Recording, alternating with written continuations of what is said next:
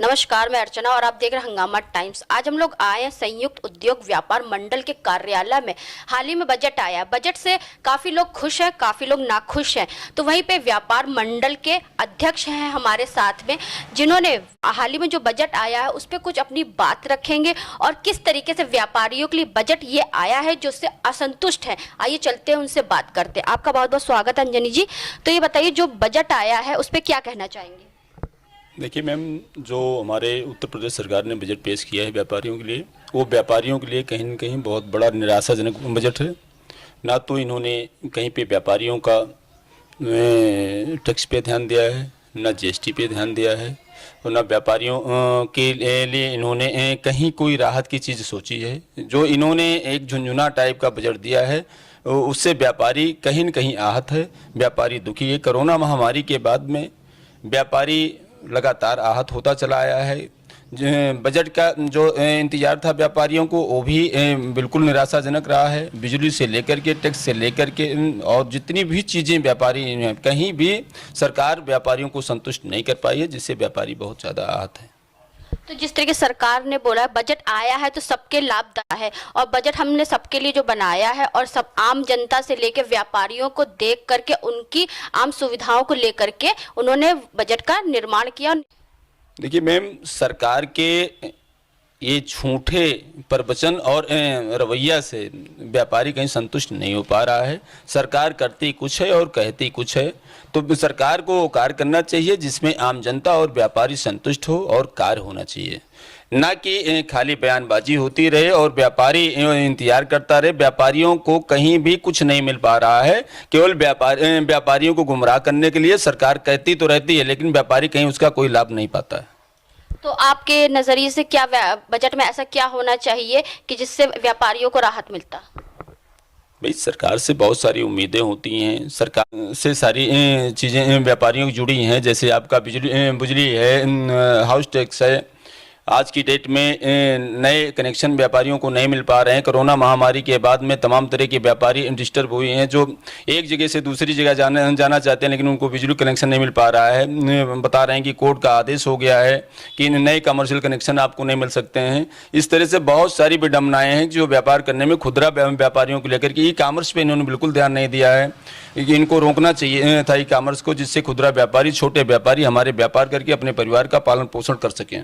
तो आपने अपनी जो मांगे हैं उसको लेकर कहीं पे ज्ञापन, कुछ आगे की आवाज उठाने के लिए कुछ प्रयास किए थे आप? बार बार प्रयास किया गया है। हम लोग कैबिनेट मंत्री माननीय ब्रजेश पाठक जी को जाकर के दिए, और दिनेश शर्मा जी को ज्ञापन दिया गया, वित्त मंत्री को ज्ञापन दिया गया, और बार बार सरकार को हम लोग सूचना देते रहते हैं, चेतावनी देते रहते हैं कि ऐसा कार्य किया जाए जिससे व्यापारी हमारा सही ढंग से कार्य कर सके, अपनी जीविका को चला सके।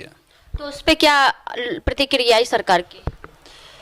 उस पर प्रतिक्रिया यही आई कि व्यापारी इंतजार करता चला जा रहा है, और सरकार अपने मन के हिसाब से अपना मनमानी कार्य करते चली जा रही है, जिसमें व्यापारियों को कोई लाभ नहीं मिल पा रहा है। यानी कि आपने हर तरीके का प्रयास किया लेकिन सरकार की तरफ से कोई सुनवाई नहीं हुई? बिल्कुल नहीं, सरकार बिल्कुल नहीं सुन रही है। ज़्यादा अगर प्रयास करिए, ज़्यादा कुछ कहिए, तो सरकार को एक बहुत आसान तरीका आज की डेट में मिल चुका है कि जो आपको विपक्ष कह देगी, आपको देशद्रोही कह देगी, आपको राजद्रोही कह देगी। मुझे लगता है कि एक लोकतंत्र का जो सिस्टम है ये कहीं न कहीं उसके खिलाफ है। ऐसा नहीं कहना चाहिए। आम आदमी को अपनी बात को कहने का अधिकार है। जो सत्ता पक्ष के हैं, जो बीजेपी को चाहते हैं कि नहीं बीजेपी हमारी बनी रहे, बीजेपी सरकार बनी रहे, अगर वो लोग भी जनमानस की बात को कहने का प्रयास करते हैं तो हमें लगता है कि सरकार उसको द्रोही और विद्रोही और विपक्षी कहने में बिल्कुल देर नहीं लगाती है। तो हाल ही में जो रसोई गैस के दाम बढ़े हैं, डीजल पेट्रोल के दाम बढ़े हैं, उसको लेकर के बजट भी आया है, तो उस पर क्या कहेंगे आप? देखिए मैम, आज की डेट में व्यापारी समाज बहुत ज़्यादा आहत है, बहुत परेशान है, और व्यापारी समाज की परेशानियों को देखते हुए पेट्रोल का दाम बढ़ाने का मतलब है कि ट्रांसपोर्टिंग जब खर्चा बढ़ेगा, लोड बढ़ेगा, तो सारा लोड कहीं न कहीं व्यापारियों के ऊपर आता है। और डीजल पेट्रोल का जो दाम बढ़ाया गया है, घरेलू गैस का जो दाम बढ़ाया गया है, तो हाथ फेर करके कान पकड़ने वाली बात होती है कि इधर से नहीं इधर से पकड़ लीजिए, घुमा करके पकड़ लीजिए, लेकिन राहत नाम की चीज़ नहीं है। लोड बराबर सरकार व्यापारियों के ऊपर रखती जा रही है। तो क्या लगता है आगामी 2022 के चुनाव पे सरकार पे असर पड़ेगा इस चीज़ का? देखिए, अगर लोकतंत्र की बात आप करते हैं तो लोकतंत्र के स्तर से मामला चलेगा तो सरकार पे इसका असर पड़ता है।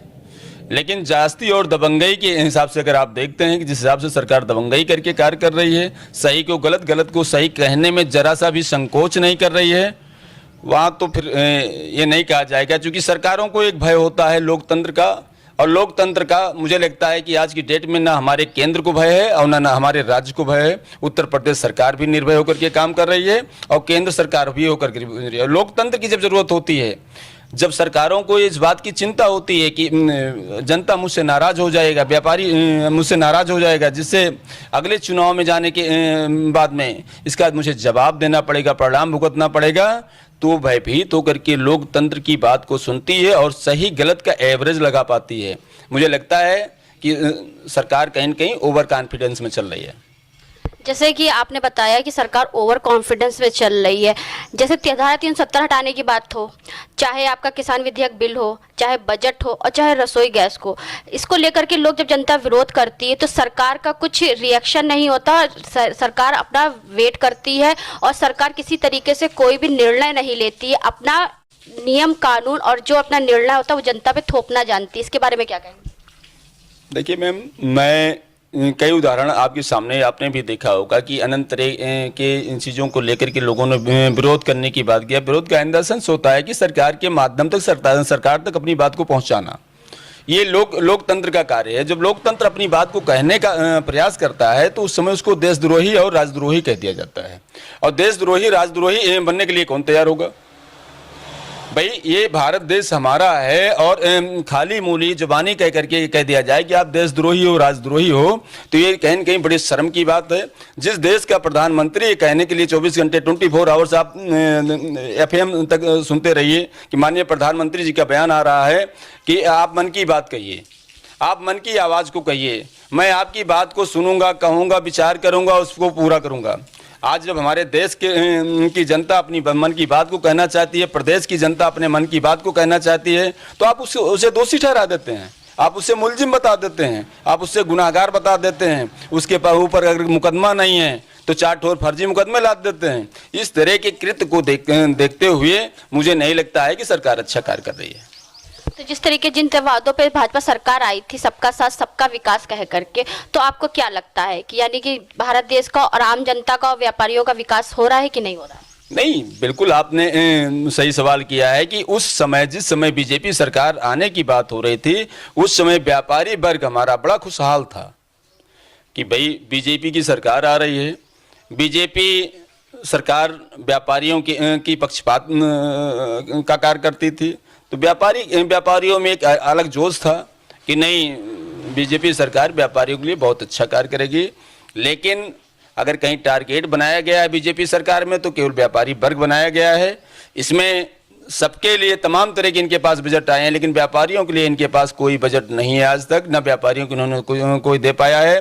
केवल व्यापारियों से लगातार अनंत तरह के टैक्सेस की वसूली किए गए हैं और व्यापारियों को आगे बढ़ने के लिए हर जगह से रोका गया है कि व्यापारी आगे विकास न कर पाए, अपने परिवार का पालन पोषण न कर पाए। अगर ऐसा नहीं होता तो ई कॉमर्स को लेकर के और खुदरा व्यापार को की सत्या न पीट दी जाती। इन्होंने भरपूर सत्या पीटने का प्रयास किया है। खुदरा व्यापारी, छोटे छोटे व्यापारी जो आपके थे, ठेलिया कुंची से लेकर के जनरल मर्चेंट से लेकर के जो कॉलोनी में छोटी छोटी दुकानें करके लोग अपने परिवार का पालन पोषण करते थे, आज उनकी दुकानें बंद हो गई हैं, जिसपे सरकार के ऊपर जरा सा भी कोई जू नहीं रेंग रहा है। तो आगे की क्या तैयारी है? जिस तरीके से आप लोगों की लड़ाई लड़ते हैं और व्यापारियों की लड़ाई लड़ते हैं, आम पटरी दुकानदारों की लड़ाई लड़ते हैं, तो उनके लिए क्या तैयारी करके रखी है आपने? नहीं, संयुक्त उद्योग व्यापार मंडल का मैं राष्ट्रीय अध्यक्ष हूँ। मेरा नाम अंजनी कुमार पांडे है। मैं कहना चाहता हूँ कि मैंने 3 बार माननीय मुख्यमंत्री जी को मिलने के लिए कहा है, अभी तक मुझे वहाँ से कोई आदेश नहीं आया हुआ है। जैसे मुझे वहाँ से आदेश मिलता है, मैं माननीय मुख्यमंत्री योगी आदित्यनाथ जी से मिलने जाऊँगा। व्यापारियों की सभी बातों को उनके समक्ष रखूँगा। यदि यहाँ से नहीं सुनी जाती है तो मैं राज्यपाल से मिलूँगा, राज्यपाल से मिलकर के व्यापारियों की समस्याओं का सॉल्व कराने का प्रयास करूँगा। तो ये थे हमारे साथ में संयुक्त उद्योग व्यापार मंडल के राष्ट्रीय अध्यक्ष अंजनी कुमार पांडे जी, जिनकी विचारधारा आपने सुनी। हाल ही में जो बजट आया उससे वो नाखुश हैं। अन्य भी व्यापारियों से हमारे हंगामा टाइम्स न्यूज़ एजेंसी आपको अवगत कराता रहेगा और उनके भी विचारधारा से आपको रूबरू कराएगा कि किस तरीके से बजट व्यापारियों के लिए असंतुष्ट रहा और व्यापारी उससे खुश नहीं रहे। इसी के साथ मैं अर्चना आपसे इजाजत लेना चाहूंगी। धन्यवाद।